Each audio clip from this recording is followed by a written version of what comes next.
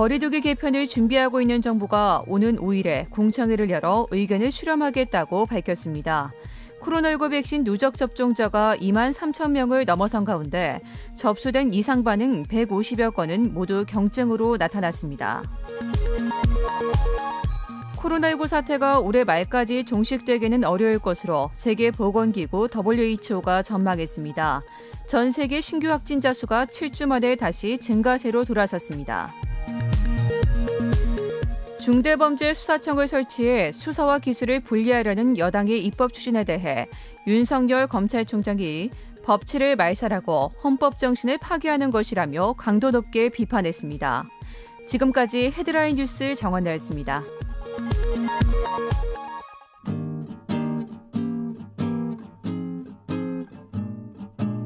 KBS 1라디오 오태훈의 시사본부, 여러분의 참여로 더욱 풍성해집니다. 방송에 참여하고 싶으신 분은 문자 샵 9730번으로 의견 보내주세요. 짧은 문자는 50원, 긴 문자는 100원의 정보 이용료가 붙습니다. 애플리케이션 콩과 마이케이는 무료고요. 시사본부는 팟캐스트와 콩, KBS 홈페이지를 통해 언제나 다시 들으실 수 있습니다. 많은 참여 부탁드려요. 네, 코로나19 백신 접종과 관련해서 여러 가지 뉴스들 쏟아져 나오고 있는데 온라인, 오프라인에서 최근에 근거가 빈약한 또 가짜 뉴스들 이런 것들이 좀 쏟아져서 백신 기피 현상으로 이어지지 않을까 우려가 좀 커지고 있는 상황입니다. 사회를 뜨겁게 달군 이슈를 다뤄보는 양변의 이열지열 시간에 이 백신 관련된 가짜 뉴스들 좀 짚어보고 어떤 처벌도 있는지도 좀 알아보겠습니다. 양지열 변호사 나오셨습니다. 어서 오세요. 네, 안녕하세요. 예, 저도 좀 찾아봤어요. 네. 백신 가짜 뉴스 이렇게 포털에서 쳐보면 우르르 나옵니다. 엄청나게 많더라고요. 예, 그 대략 보면 백신을 맞으면 치매에 걸린다. 네. 뭐 그 안에 칩이 들어간다더라. 1년 안에 죽는다. 네. 엄청나게 많던데요. 유전자 변형을 가르쳐 온다라고 하는데요. 예. 들으신 분들 이거 가짜 뉴스입니다. 혹시 청취자분들이 오해하실까 봐 다시 예. 한번 강조드리고 거기에 거기에 더해서 저는 이런 것도 눈에 띄더라고요. 가짜 뉴스를 걸러드립니다라는 이름으로 단체 대화방이 만들어져 있고 네. 그 단체 대화방에서 나오는 얘기는 뭐냐면 조금 전에 얘기하신 것 같이 그런 가짜 뉴스를 얘기하고 있어요. 그게 진짜고 백신이 안전하다는 게 가짜 뉴스라는 거예요. 역으로? 예. 네, 우리가 주장하는 게 진짜고 예, 정작 요게 대해서 그렇지 않다. 예. 오태훈의 시사본부에서 그거 아니라고 하던데 라고 하면 그게 가짜다. 그게 가짜 뉴스라는 거예요. 그러면서 왜 오태훈의 시사본부가 가짜 뉴스고 치매를 불러오는지가 굉장히 그럴듯한 그래픽과 해외 뉴스 이런 것들을 이용해서 막 쓰여 있는 건데요. 정말 가짜라는 게 일단 뭐 저도 이제 전문가분들 의사분들 만나면 듣는 게 이게 유전자에까지 침투할 수 있을 만한 성분 자체가 아니라는 거예요. 유전자 네. 변형을 가져오는 게 의학적인 얘기니까 제가 드릴 말씀은 아니지만 어쨌든 그런 식으로 정교하게 가짜 뉴스를 만들고 있고요. 또 이게 안타깝게도 기성 언론들도 한 몫을 하는 것 같아요. 그러니까 기성 언론들이 조금 일부는 조심스럽게 써야 될 기사를 그냥 쓰는 바람에 예를 들어서 가짜 뉴스로 눈에 띄었던 것들 중에 이 물탄 백신 얘기가 있더라고요. 물 백신. 네, 물 백신. 근데 그게 어디서 나왔냐고 찾아보니까 이게 원래 백신들 중에 일부는 식염수를 희석해서 사용을 하는 게 맞습니다. 그러니까 정상적인 사용 방법이 식염수를 희석해서 쓰는 건데. 네. 그런데 그런 부분들을 충분히 설명을 하지 않고 그냥 기사의 일부 물을 이렇게 섞는다라고만 써놓으니까 그걸 가져다가 이제 이게 정부가 백신이 부족하니까 물을 타서 놓는다더라 이렇게 만들어버리는 거가 하나가 있고요. 예. 두 번째는 또 이런 것도 봤어요. 요즘 이제 그 K 방역과 관련해서 최근에 좀 더 칭찬받았던 부분이 K 주사기 아시죠? 예. 쥐어짜기 주사기. 예, 그렇죠. 그래서 그게 일부 다른 그 일반 주사기보다는 더 한 번 정도라도 더 쓸 수 있는 건데 그거를 쓰는 이유가 정부가 백신을 확보하지 못했기 때문에 그걸 쓴다라는 거예요. 근데 이제 기성 언론에서 그렇게 한번 좀 비판을 좀 정상적이지 않은 약간 좀 이상한 비판을 하면 그게 백신을 부족하고 확보하지 못해서 그런 주사기를 만든 건 아니잖아요. 네. 지금 상황은 어느 나라든지 간에 백신을 조금이라도 더 쓰기 위해서 좀 모든 가용 가능한 것들을 쓰는 와중에 우리나라 주사기가 개발됐기 때문에 좋은 일이지 그걸 비판할 건 아니잖아요. 근데 그걸 이제 바꾸니까 그런 어떤 기성 언론들에서 쓰는 것들도 그럴듯한 근거가 되니까 가짜 뉴스들이 더 어떻게 보면 뭐 많이 활개를 친다고 해야 될까 그런 상황인 거죠. 네. 어제 3.1절 기념사에서 문재인 대통령 이런 당부를 했습니다. 코로나19 백신 불신을 조장하는 가짜 뉴스를 경계해달라.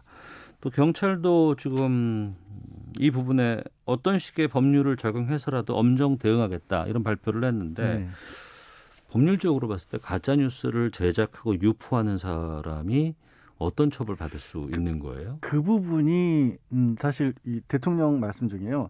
어떠한 식의 법률을 적용하더라도 에 약간의 어떻게 보면은 고민이 담겨 있는 겁니다. 고민? 예, 가짜 뉴스라는 이유만으로 처벌할 수 있는 법은 없다라는 거예요.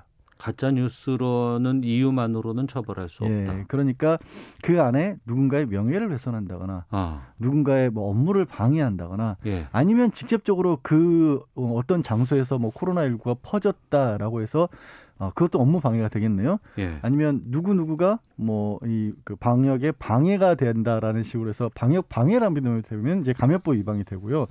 그런 식으로 각각의 내용이라든가 유포 양식에 따라서 다른 법률들을 적용할 수가 있는 거지 이게 가짜라는 이유만으로 처벌은 못한다는 거예요.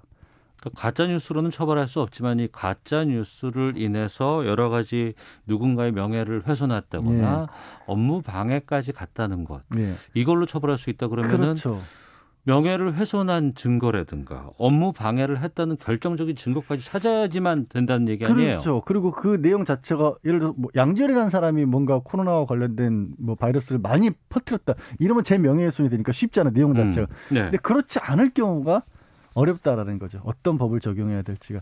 그래서 오죽했으면 지금 뭐 60대 뭐 이 벽보로 막 아까 얘기했던 가짜뉴스 중에 하나 마이크로칩이 들어가 사람을 조종하게 만들더라라는 그런 가짜뉴스를 벽보에 붙인 사람에게는 네. 사실 불법 광고 부착 혐의로밖에 적용 못했던 거예요. 아 내용이 중요한 게 아니고 내용으로는 광고를 벽에다가 붙이지 말아야 되는데 불법으로 붙였다라고 해서 그걸로 처벌한 거예요. 광고물 규제에 관한 법률만 적용을 할 수 있었다는 겁니다. 그러니까 이게 좀 답답하긴 한데 그러나 우리가 이런 얘기 저도 이 자리에서도 몇 번 말씀드렸지만 법정형 같은 경우 예를 들어 이 사기죄 같은 게 10년 이하라고 돼 있으니까 그게 한 달부터 10년까지라는 것이거든요.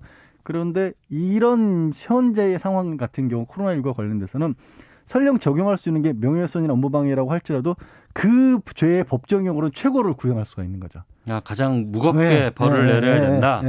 평소보다. 왜냐하면 다른 범죄가 없으니까 그걸 적용하지만 이런 상황에서 이 가짜뉴스를 만들어서 그야말로 민생을 어지럽히는 거가 되기 때문에 죄질이 정말 안 좋다고 볼 수 있다. 그래서 직접적으로 가짜뉴스만을 잡을 수 있는 법이 없는 게 좀 한계이긴 하지만 그럼에도 불구하고 어쨌든 적용되는 법률이 있을 경우에는 가장 강력하게 경찰도 그렇고 뭐 검찰에서도 그리고 재판부에서도 처벌할 수밖에 없는 상황이라는 걸 알아야 됩니다. 그 법으로 안 한다고는 하지만 특히 이제 언론 관련해서 뉴스 관련해서 정보 관련해서는 그 방송통신심의위원회라는 곳이 있잖아요. 방통위원회도 따로 있고 여기서 역할이 좀 있지 않을까 싶은데. 그렇죠. 그걸 좀 걸러줘야 되고 조금 지금 말씀드린 그런 가짜뉴스들 상당 부분이 최근에 또 새로운 플랫폼들 유튜브 이런 걸 통해서 많이 나가잖아요.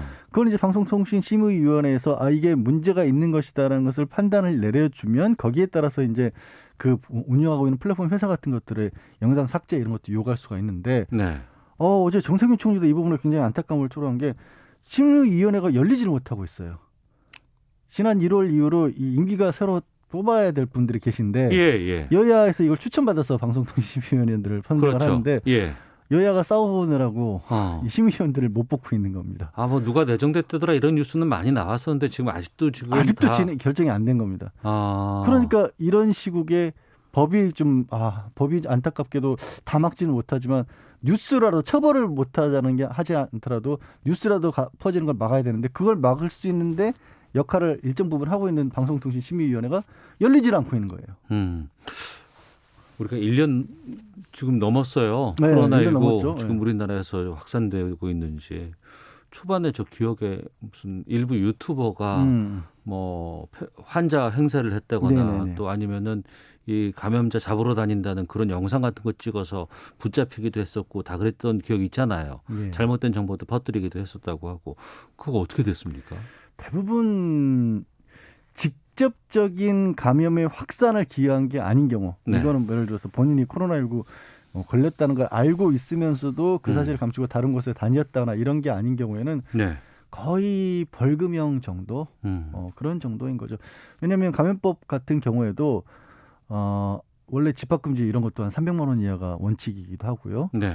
그리고 다른 걸로 말씀드린 것처럼 적용할 수 있는 게 또 딱히 없었던 경우도 하긴 지난번에 그 신천지 이만희 총회장 그쪽도 일부 이런 감염병 관련해서 무죄 받았었잖아요. 심지어 그 경우는 법원에서까지도 무죄를 선고를 했었죠. 그건 이제 명단 제출과 관련된 부분이고 가짜 뉴스는 아니지만 그만큼 이게 엄격하게 처벌을 해야 된다라는 그런 필요성을 느끼고 있으면서도 이런 겁니다. 나는 진짜 가짜 뉴스가 아니라 이런 것들이 진짜 어떻게 보면 정보가 알아야 될 정보였다라고 생각한다고 하면 그거의 고의가 뭔지를 밝혀내는 게 되게 어려운 거거든요. 네. 그래서 말씀을 드리지만 어려워도 물론 사법당국에서 추정은 하지만 어려움이 있는 것만은 또 부인하기 어려운 상황이에요. 네. 제 주변에서도 그냥 편한 사람들끼리 저쪽에서 들리는 얘기를 제가 우연히 그냥 들어보면 걱정되니까 백신은 어떤 게 좋대더라. 뭐 백신은 뭐 이게 무슨 뭐 부작용이 덜하더라. 막 이런 근거 없는 내용들을 여기저기 대화에서 많이 들었어요. 정말 근거 없는 얘기들이거든요. 그러니까 전문가분들한테 조금만 더 여쭤보거나 아니면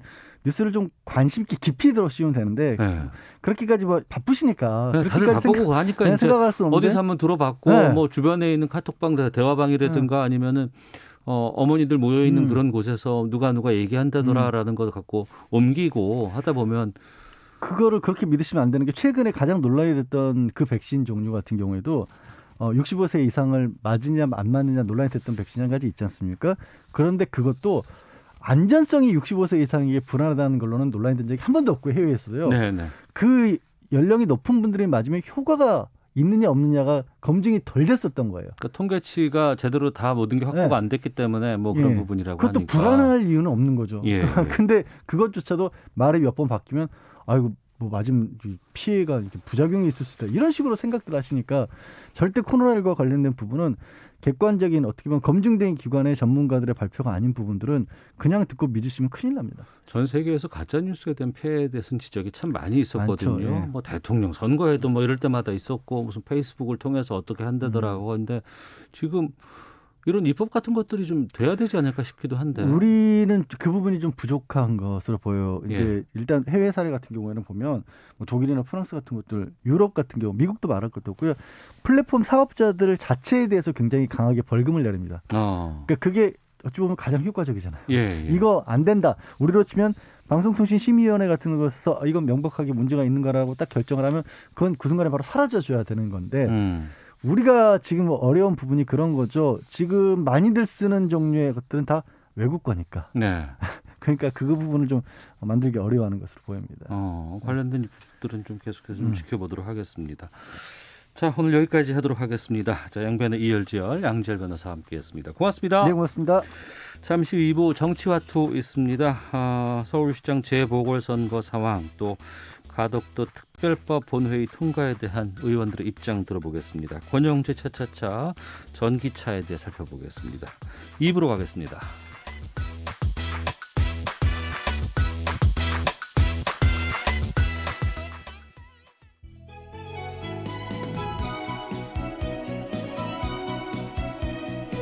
안녕하세요. 바른말 고운말입니다. 책의 앞부분이나 뒷부분에는 그 책을 쓴 사람과 출판한 곳이나 사람의 이름이 쓰여 있습니다. 많이 볼 수 있는 것으로는 지은이나 글쓴이, 그리고 편엔이나 발행인 같은 것이 있죠. 이 중에서 지은이, 글쓴이, 편엔이의 경우에는 마지막 음절에 이라는 전미사가 붙어 있습니다. 전미사 이는 몇몇 명사와 형용사 및 동사 어간의 결합형 뒤에 붙어서 사람이나 사물 또는 일의 뜻을 더하고